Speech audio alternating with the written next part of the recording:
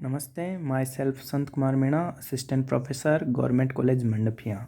आज हम बैंक का थोड़ा परिचय पढ़ते हैं। सबसे पहले बात करें कि बैंक शब्द की उत्पत्ति कहाँ से हुई। बैंक शब्द की उत्पत्ति के संबंध में दो मत प्रचलित हैं। पहले मत के अनुसार बैंक शब्द की उत्पत्ति बैंकों से हुई है।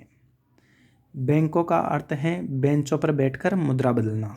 प्राचीन समय में क्या था, इटली में जो सेठ साहूकार महाजन व्यक्ति थे वो बेंचों पर बैठ के मुद्रा बदलने का कार्य किया करते थे और व्यक्ति उनसे अपनी इच्छा अनुसार मुद्रा बदलवाते थे। धीरे धीरे यही व्यवस्था आगे बढ़ती गई और वो बैंकों शब्द बदल के बैंक में कन्वर्ट हो गया। द्वितीय मत के अनुसार बैंक शब्द की उत्पत्ति जर्मन भाषा के बैंक शब्द से मानी जाती है और इसका अर्थ है संयुक्त स्कंदकोश।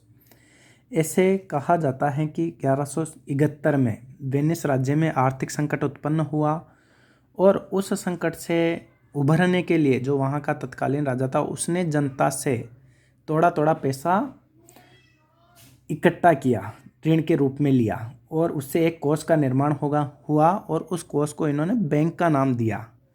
तो वही व्यवस्था धीरे धीरे बैंक शब्द में परिवर्तित हो गई।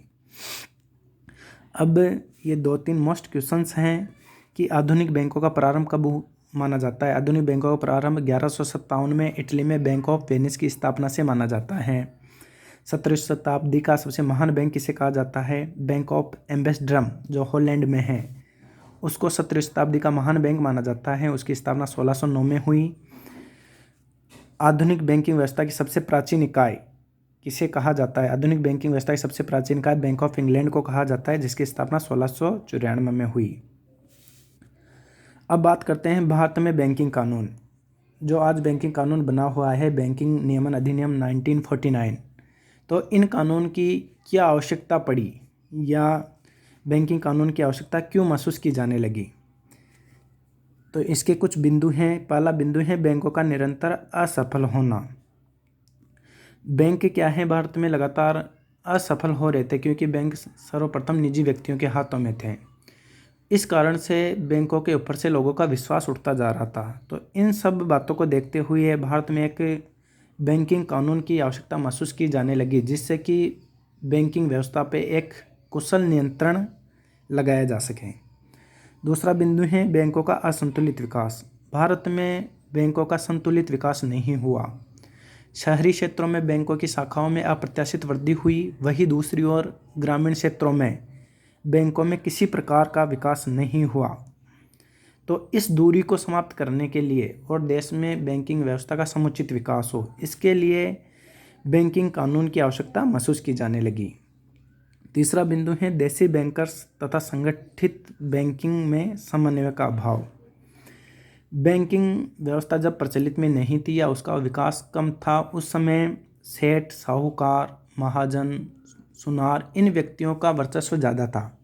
व्यक्ति इनसे कर्ज लेने में ज़्यादा विश्वास रखता था बजाय बैंकिंग व्यवस्था से। तो इनका वर्चस्व कम हो और देश में बैंकिंग क्षेत्र ज़्यादा डेवलप हों, इसके लिए भी बैंकिंग कानून की आवश्यकता महसूस की जाने लगी। सुव्यवस्थित मुद्रा बाजार का अभाव। जब बैंकों का धीरे धीरे विकास हुआ उस समय मुद्रा बाजार का बिल्कुल अभाव था और देश के विकास में मुद्रा बाजार का रोल बहुत अधिक रहता है। इस वजह से मुद्रा बाजार को कंट्रोल करना, उसको रेगुलेट करना, इन सब बातों के लिए बैंकिंग कानून की आवश्यकता महसूस की जाने लगी। और लास्ट, मौद्रिक एवं साख नीतियों को सफल बनाना। बैंकिंग कानून के अभाव में मौद्रिक एवं साख नीतियों में समन्वय स्थापित नहीं हो पाता था जिसके कारण वो असफल हो जाती थी। धीरे धीरे ये अनुभव किया जाने लगा कि बैंकिंग कानून बनाकर उन नीतियों पर प्रभावी नियंत्रण रखा जा सकता है और सरकार मौद्रिक एवं साख नीतियों को सफल बना सकती है। इस वजह से भारत में बैंकिंग कानून की आवश्यकता महसूस की जाने लगी। धन्यवाद।